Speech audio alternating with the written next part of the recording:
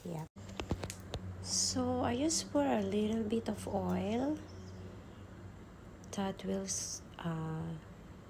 for my garlic and onion and then the pepper.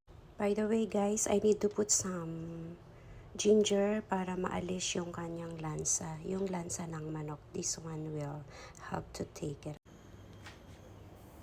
So guys, inuuna ko yung paminta. Hindi ko alam kung bakit. Style ko lang yun. At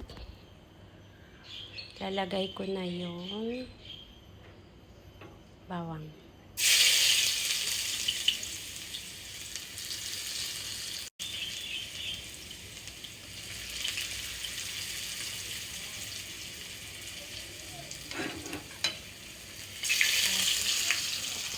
Cook a little bit. Don't get it toast. Yes. And then the garlic. Yes.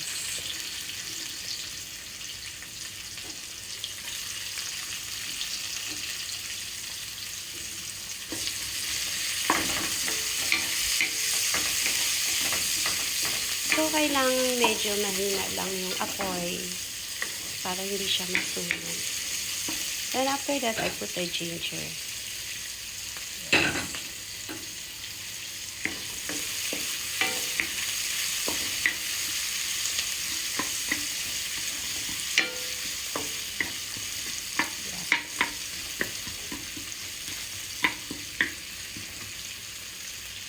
And then, yes, gisa muna yung chicken with the ginger para medyo maalis yung lansa ng chicken. Yep. Leave it there for a few minutes. Yep.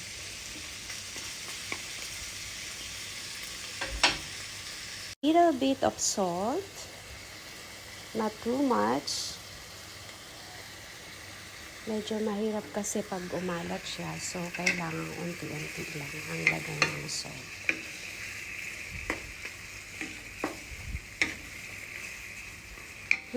Sarap ng amoy. So normally, iniiwan ko muna siya for a few minutes like this.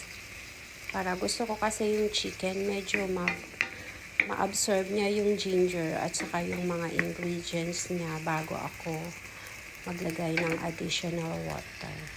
And also I normally use a boiling water, not the tap water, para pagpunta niya is already hot. So I'm boiling water now. Here it goes. So the last part,